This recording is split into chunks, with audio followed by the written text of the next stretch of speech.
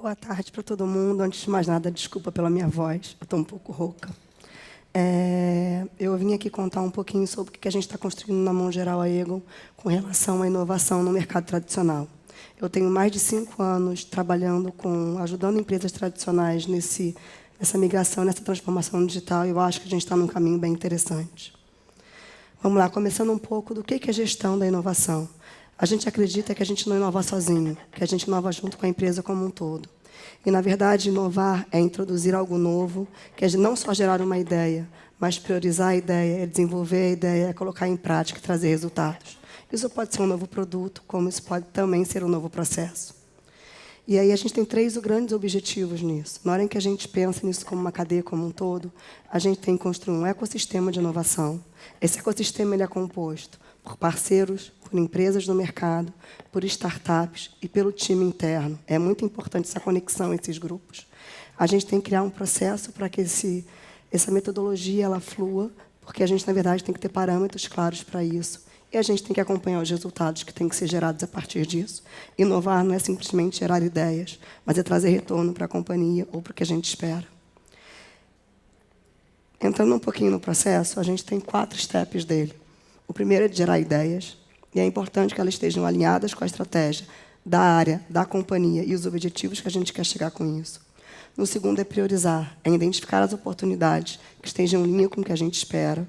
No terceiro é desenvolver. E aí desenvolver tem 2 pontos importantes. A gente pode desenvolver tanto o projeto internamente, tanto o projeto 50% interno, quanto 50% externo com o parceiro, ou 100% externo. E o que vai depender disso? A concepção dessa ideia, a concepção desse negócio. Por exemplo, se é uma coisa que tem um match muito forte com o core da companhia, não faz sentido a gente tirar de dentro da empresa, que a gente vai perder tração.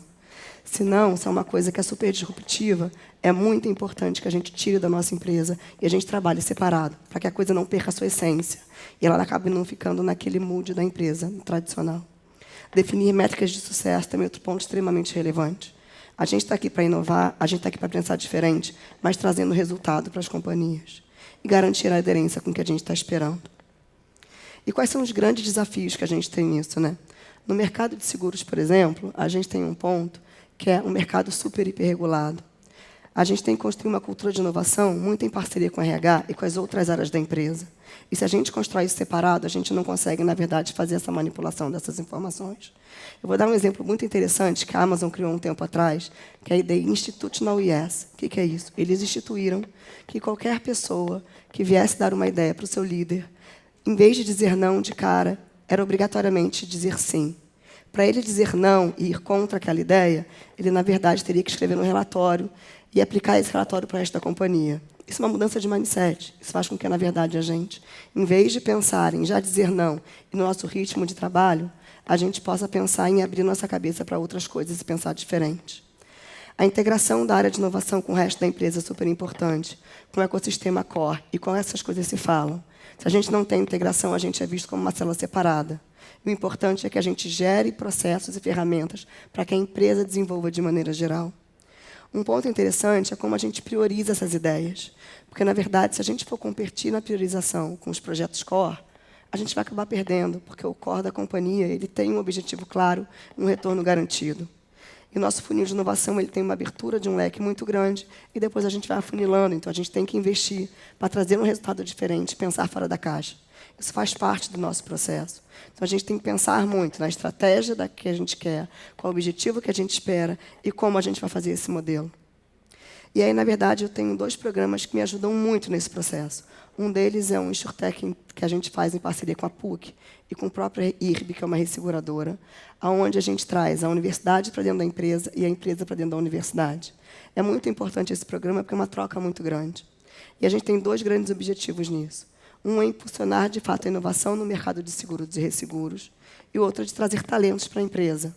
E qual é a grande vantagem disso? É que, na verdade, a gente apresenta para os universitários, que são nossos futuros clientes, o que é o mercado de seguros, mostra para eles uma nova forma de entender o mercado de seguros, e entende com eles o que eles esperam, de fato, do mercado de seguros, porque eles vão ser nossos prospects de amanhã. Então, é muito importante essa troca. E como é que a gente dá esse trabalho? A gente lança desafios para eles, que são oportunidades de mercado, oportunidades internas, ou até uma questão de regulamentação. E eles, com uma visão de fora da empresa, que não estão vivendo aquele dia a dia, eles conseguem, na verdade, trazer sugestões, ideias, inovações diferentes do que a gente, que está muito imerso na nossa realidade. E aí, alguns números importantes disso, a gente está quase 2 anos no programa, já tiveram 31 ideias, 34 participantes. Entre desses 34, 8 são funcionários da Mão Geral, que passam as suas tardes na PUC, no laboratório da PUC, no ECOA, onde, na verdade, eles estão vivenciando isso, com aulas multidisciplinares, de empreendedorismo, de programação, de design. E para os universitários, a gente traz mais de 60 palestras com relação ao tema. Então, é uma troca muito rica de ambos os lados. E aí, quando a gente começou essa brincadeira, a gente começou a perceber também uma necessidade de trazer mais inovação de cultura, essa cultura de inovação para dentro da companhia. Então, a gente criou um outro programa que, na verdade, vai em linha com aquele primeiro, mas 100% focado nos nossos funcionários. E aí, esse é em parceria com a Microsoft, com a Ions, e a gente tem um maior objetivo dele, que é trazer a cultura de inovação para dentro da empresa. E o segundo, com certeza, gerar ideias para o mercado de seguros. A gente já teve 2 edições dele, com mais de 36 participantes, com 150 inscritos. E por que esse número é interessante? É porque desde o modelo da parte de inscrição e da parte de seleção, a gente aplica a metodologia do Design Sprint, a gente já mostra para eles um pouco do que o programa vem e como a gente vai mostrar para eles a disrupção nesse sistema. E uma coisa interessante, a gente não foca só na matriz, a nossa matriz é aqui no Rio, mas nós temos sucursais no Brasil inteiro. Então, a gente já atendeu mais de 8 cidades nessa brincadeira.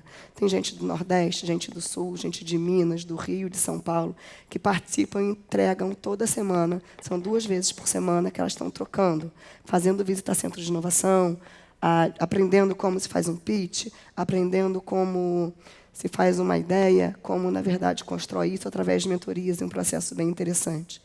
E nada melhor do que mostrar para vocês, do que eu falar e mostrar, de fato, qual é, na verdade, o depoimento desse pessoal que passou por esse programa. Então, vamos ouvir um pouquinho deles.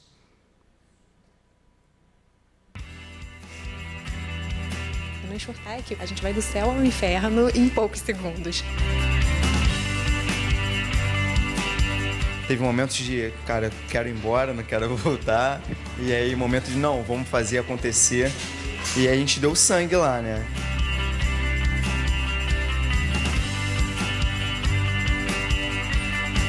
Uma mente que se expande nunca mais volta ao seu tamanho original. É a definição de InsurTech. Não dá mais para você ser a mesma pessoa de quando começou o InsurTech. O que eu aprendi, eu estou trazendo hoje para outras ações que estão acontecendo na minha vida, tanto no âmbito da empresa como profissional e também dentro da minha casa, inclusive. Foi o tipo de coisa que eu não sei se eu viveria de uma outra forma, senão dentro do InsurTech. Então, nesse momento, eu só gratidão por tudo que aconteceu e pelo que eu me transformei aqui dentro. Então, na verdade, é um pouco isso, né? Um depoimento fala mais do que 1000 palavras. É interessante como as pessoas começaram a mudar a sua forma de pensar e a gente transformou, na verdade, essas pessoas em embaixadores da cultura de inovação ao longo de toda a companhia. E aí agora eu vou trazer um pouco de exemplos claros para vocês de como a gente está viabilizando esse negócio lá dentro, botando projetos, porque não é só a cultura que não traz projetos, a gente precisa de resultado. E com uma parceria com a UFRJ, a gente, na verdade, começou a pensar no cancelamento, através de dados, de informações, de como a gente está estruturando isso, e começamos um processo de ser proativos em vez de reativos. Isso é bom para a gente, porque diminui o cancelamento, isso é bom para o cliente, que a gente começa a entender muito mais ele e atender às necessidades dele no momento correto. Teve outro desenho também que a gente fez internamente, que é, na verdade, a regulação do benefício. O benefício é quando, na verdade, o nosso cliente ele recebe alguma coisa, ou por validez, ou por uma morte. E, na verdade, o processo demorava 10 dias, que era 100% manual, e, através do machine learning, a gente está fazendo um desenvolvimento de um modelo que demora apenas 1 dia. Então, para a gente, é uma super economia, e para o beneficiário, é um grande valor nisso.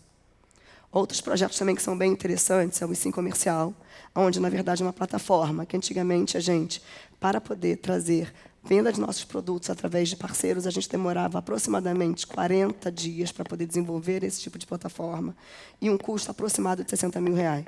Hoje, a gente, na verdade, consegue, em 10 dias, apresentar para um cliente, a um parceiro deles, a venda do nosso produto até a ponta. É um CMS.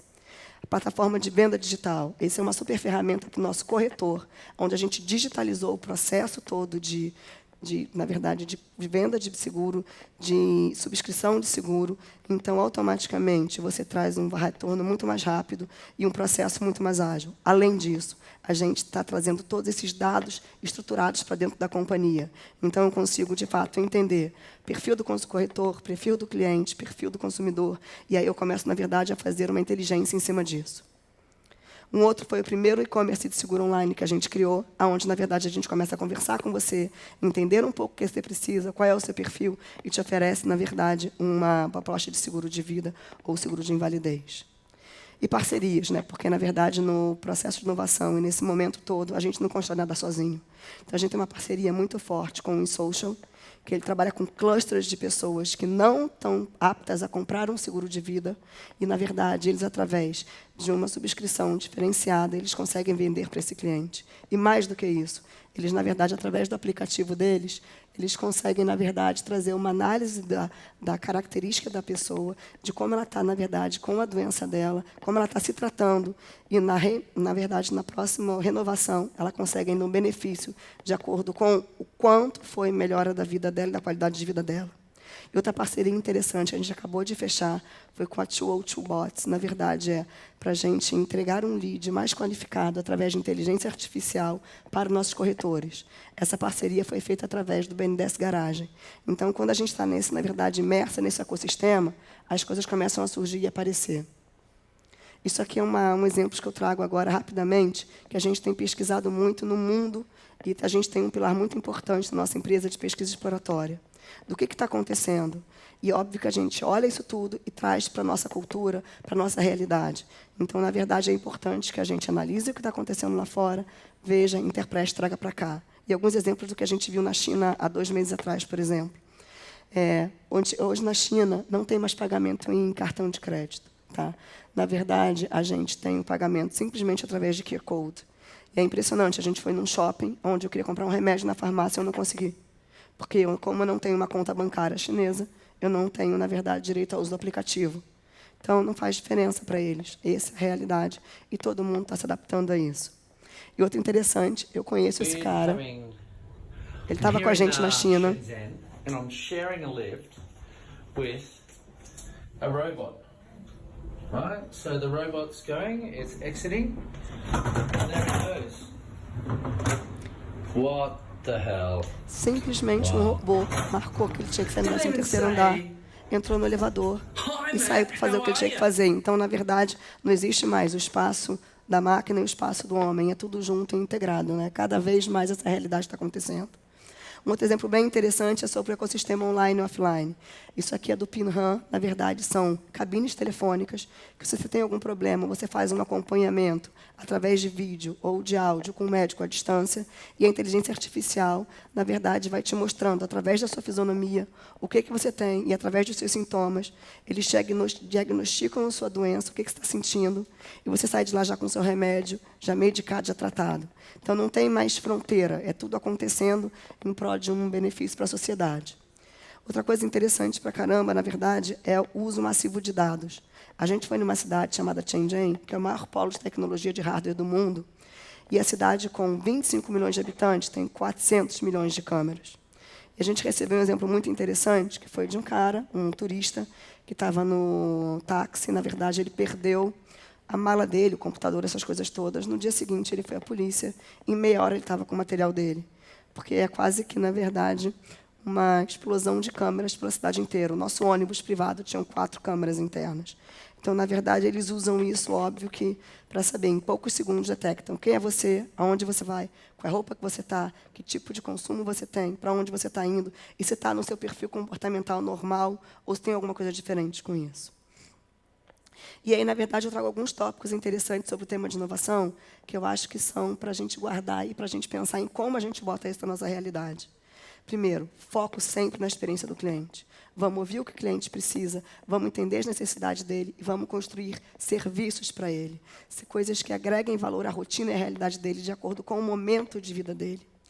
Dados, dados e mais dados. Vamos guardar todos os dados de maneira mais estruturada possível, trazer uma inteligência artificial com isso. A gente vai conseguir ganhar muito em cima disso e a gente vai automatizar muita coisa e vai ter um benefício muito grande, não só para os nossos clientes, como também uma economia para a nossa economia, para a nossa empresa. O conceito de teste do erro, eu acho que é super interessante no sentido de que a gente para ver que a gente tem que testar, tem que pivotar rápido e trazer retorno para a empresa. Não é continuar testando sempre. Vocês reparam que durante a minha apresentação, eu foquei muito, na verdade, no valor e o resultado que a gente tem que trazer para a companhia, e isso é muito importante. Então, é o equilíbrio entre as duas partes e como a gente pode fazer com que essa coisa aconteça. Um ecossistema de parceiros, que ninguém constrói sozinho, e a gente tem um ecossistema cada vez mais rico no mundo inteiro, e o mundo sem fronteiras hoje, então, como a gente pode trazer esse tipo de coisa? E tecnologia emergente. E para finalizar aqui, eu trago uma frase do Steve Johnson que fala exatamente isso, que para inovar, você, na verdade, não precisa trazer simplesmente incentivos. Você tem que construir um ecossistema para que, na verdade, as ideias possam ser conectadas. É isso, obrigada.